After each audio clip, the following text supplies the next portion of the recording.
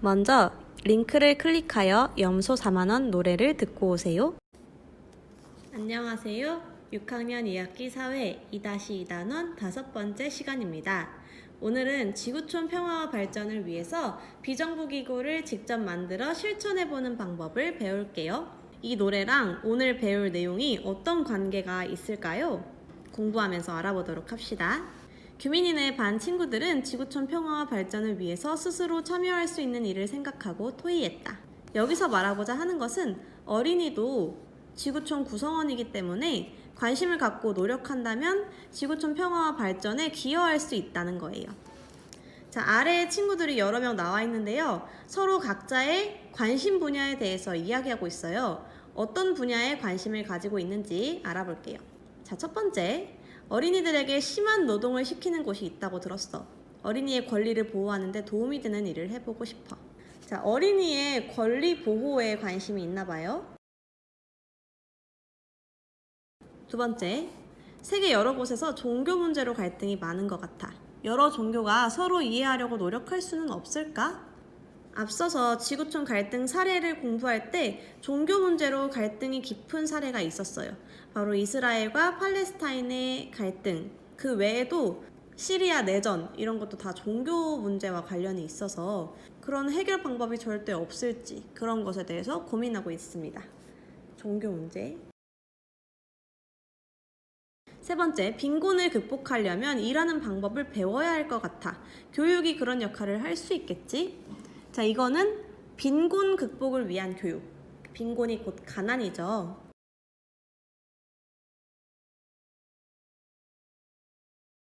배워서 일해서 빈곤을 극복해야 되는데 보통 가난하면 교육을 제대로 받을 수가 없죠. 그래서 그게 악순환이 되는데 그걸 어떻게 해결할 수 있을지 고민하는 것 같습니다. 네 번째, 지구촌 평화를 지키려고 노력한 운동가나 평화운동단체의 활동을 알아보면 우리가 할 수 있는 일을 찾을 수 있지 않을까? 이것은 평화운동가 기리기. 마지막, 시리아의 경우를 보니까 난민 문제가 심각한 것 같아. 지난번에 그 잠자는 것처럼 터키 바닷가에서 죽은 채로 발견된 그 어린이, 그게 바로 시리아 난민이었죠. 난민 문제는 주변 국가들에 영향을 주니까 전 세계가 함께 고민해야 될 문제라고 생각해. 여기는 난민 문제입니다. 지금도 굉장히 심각한 지구촌 문제죠. 자, 이렇게 관심 분야들을 다양하게 이야기해봤어요. 다음 페이지. 각 개인은 지구촌 평화를 위해 여러 분야에 관심을 갖고 다양한 활동에 참여할 수 있습니다.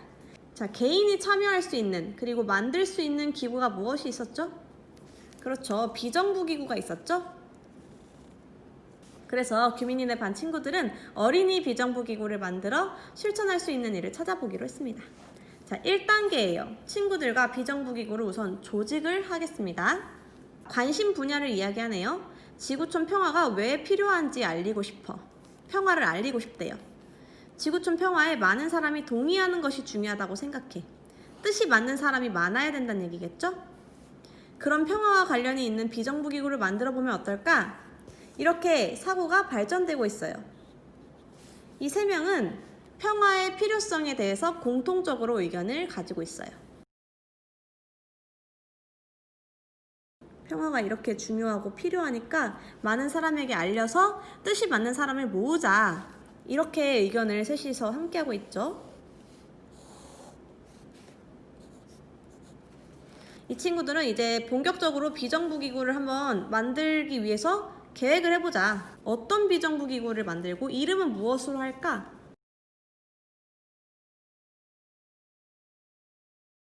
이 친구도 사실은 여기 비정부 기구 만들기까지 해당이 되겠죠. 이렇게 겹치는 친구예요.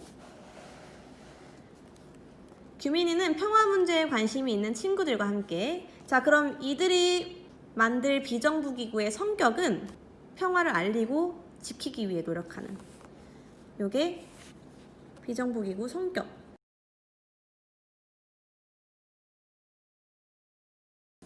비정부 기구를 만들고 그 이름을 지구별 평화 지킴이라고 지었다. 이름까지 지었습니다. 자, 그러면 1단계에서는 비정부기구를 조직할 때 성격과 이름을 정하는 활동을 한 거네요. 여러분도 만들 때 1단계에서는 이런 활동을 하면 되겠습니다. 그럼 다음 2단계 어린이 비정부기구 활동 계획 세우기. 2단계는 본격적으로 계획을 세우기 때문에 더 자세하게 정하게 돼 있어요. 자, 첫 번째 주제가 곧 성격이었어요. 성격. 어떤 분야에 관련이 있는지. 평화운동 알리기 캠페인이랍니다. 그리고 이름은 아까 정했듯이 지구별 평화지킴이였습니다. 자, 그리고 나서 캠페인을 위한 자료조사가 먼저 뒷받침이 돼야겠죠? 어떤 자료를 조사하냐? 첫 번째, 교과서 자료를 일단 기본적으로 활용을 합니다. 두 번째, 지구촌 갈등 정보 모으기. 어떤 갈등이 있었는가? 그 갈등의 원인은 무엇이었는가? 이런 정보를 모으고요. 세 번째, 평화를 이루고자 노력하는 단체 활동이 어떤 것이 있었는지를 조사합니다. 자, 이렇게 자료조사가 끝나고 나면 역할을 분담하겠죠? 규민이는 평화의 필요성을 주제로 자료조사와 사진을 촬영하는 역할을 맡았고요. 수정이는 평화 단체 활동 조사하기. 요거를 수정이가 했네요. 그다음 예준이는 컴퓨터 바탕화면용 이미지를 만들어 각종 누리집에 알리기. 바탕화면용 이미지를 만들어서 뭐 SNS나 사이트 이런 데다 올리면 사람들이 그걸 보고 다운받아서 본인 바탕화면을 깔고 계속 볼 수 있으니까 관심을 갖게 되겠죠. 그리고 윤경이는 캠페인 장소를 확인하고 선생님께 상의드리기. 실제로 캠페인을 열려나 봐요. 복도에서 하겠다, 아니면 특별실을 잠깐 빌리겠다, 이런 식으로 선생님께 미리 말씀을 드리나 봐요. 그리고 정연이는 팻말을 만들기로 했습니다. 그리고 실제로 어떤 활동을 하냐면, 자, 캠페인 준비로 팻말 만들기 정연이가 했었죠. 장소 정하기 윤경이가 했었고요. 캠페인 방법, 어떤 방법을 사용할 것인지 상의합니다. 그리고 제작한 자료 나누어 주기, 그 다음 캠페인 사진 찍기, 이거는 아까 규민이가 하기로 했었죠. 사진 촬영하기. 캠페인은 직접 내가 학교에서 몸으로 일하는 거고, 두 번째로 비대면이지만 인터넷을 이용해서 홍보하는 것도 굉장히 중요하죠. 홍보할 수 있는 누리집 먼저 조사를 하고, 그리고 인터넷용으로 홍보할 수 있는 자료는 또 팻말, 구호 이런 거랑 다르니까 따로 준비를 해야겠죠. 마지막, 우리들의 활동을 홍보해야겠죠. 뭐 학교 홈페이지에 올리거나 학교 소식지에 싣기, 평화단체에 사진과 소식 보내기. 평화단체에 보면 뭐 전화번호나 이메일 같은 게 있어요. 그런데다가 우리 학교에서 우리가 이런 활동을 하고 있어요, 이런 걸 계획하고 있어요 하고 보내면 거기서 홍보해 줄 수도 있거든요. 컴퓨터 바탕화면용 이미지를 만들어서 집과 학교 컴퓨터, 블로그 등에서 사람들과 나눌 수 있습니다. 마지막으로 친구들이 만든 다른 비정부 기구의 자료를 제공할 수 있습니다. 자, 이렇게 계획을 굉장히 구체적으로 세웠어요. 자, 다음 3단계로 바로 넘어가고 왼쪽 거는 이따가 할게요. 3단계 실천하기. 지구촌 평화와 발전을 이루고자 활동한 예를 살펴보고 어린이 비정부기구 활동 계획을 실천해보자. 어떤 사람은 이렇게 생각할 수 있어요. 아무리 그래도 그렇지 비정부기구는 어른들만 만들 수 있고 어린이가 할 수 있는 일은 좀 제한되어 있지 않나요? 어린이가 정말 비정부기구 활동을 할 수 있을까요? 라고 생각할 수 있어요. 그래서 여기에 실제로 어린이가 비정부기구에 참여한 사례들을 많이 소개해놨어요. 첫 번째로 어린이 비정부기구 빌라알 이야기 읽어볼게요. 캐나다에 살고 있는 소년 빌라알은 지구 곳곳에 질병, 가난, 자연재해, 전쟁으로 고생하는 어린이들이 있다는 것을 알고 그들을 돕고 싶다고 생각했다. 직접 만든 아크릴 접시를 팔았어요. 그 돈을 질병으로 고생하는 어린이들을 위해서 기부하는 거죠. 기금을 마련했고, 태풍 피해를 입은 사람들을 돕기 위해 팻말을 만들어 친구들과 거리에서 모금 활동을 했다. 또 기금 마련을 위해서 기업에 후원 요청과 연설을 하기도 했대요. 기금을 마련하고 싶어서 굉장히 다양한 활동을 했네요. 팔고 모금 활동하고 좀 돈이 많은 기업에다가 어린이들이 이렇게 고생하고 있는데 후원하실 생각 없나요?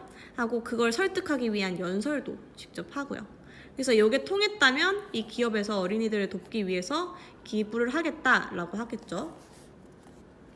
누구나 생각은 할 수 있어요. 어려운 사람들을 돕고 싶다. 근데 그거를 실천으로 옮기는 게 어려운 건데 굉장히 용기 있는 친구들이었죠.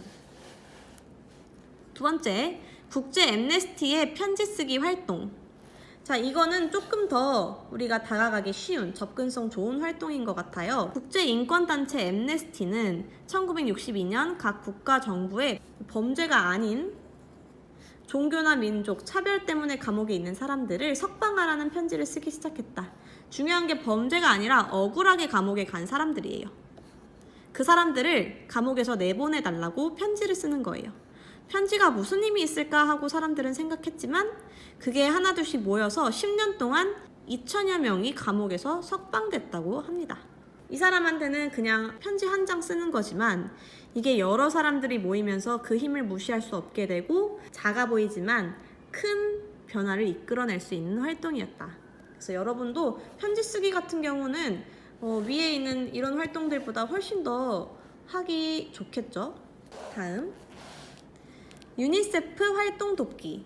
유니세프는 국제연합, 유엔의 산하기구 중에 하나로 우리가 배웠었어요. 비정부 기구로 치면 세이브 더 칠드런이랑 약간 비슷한 성격을 가지고 있죠? 어린이들의 인권을 위한 기구입니다.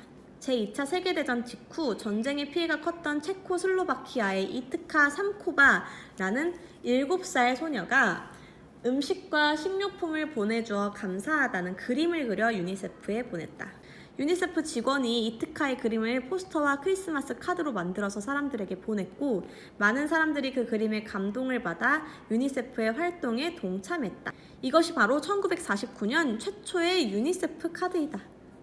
그 후 유니세프는 매년 카드를 제작해 판매하는데 그 수익금을 모두 기아 아동을 돕는 데 사용해서 생명을 구하는 카드라고 불린다.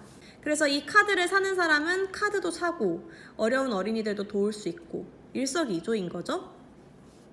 생명을 구하는 카드의 시작이 바로 이 7살짜리 소녀의 그림이었다. 지금 유니세프는 생명을 구하는 선물이라는 이름으로 후원받고 있습니다. 다음, 올리버의 선물. 국제 비정부기구인 옥스팜 누리집에서는 염소 부부, 송아지 같은 동물과 깨끗한 물을 필요한 이웃들에게 선물하고 동물 카드에 자기 이름을 적어 전할 수 있다. 지금 옥스팜 홈페이지에 들어가면 볼 수 있는 옥스팜 기프트 영상으로 알아볼까요?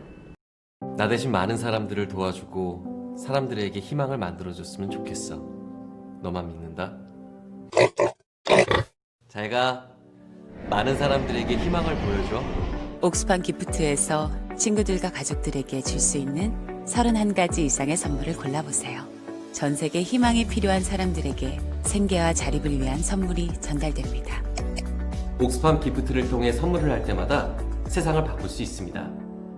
그래서 올리버는 이번 생일날에 내 이름으로 엄마 아빠 염소 좀 기부해주세요 라고 부탁을 했대요. 이것도 굉장히 간단하게 지구촌 평화에 기여할 수 있는 활동이라고 볼 수 있죠? 더보기랑 댓글란에 옥스팜 사이트 링크 걸어 놓을 테니까 한번 들어가 보세요.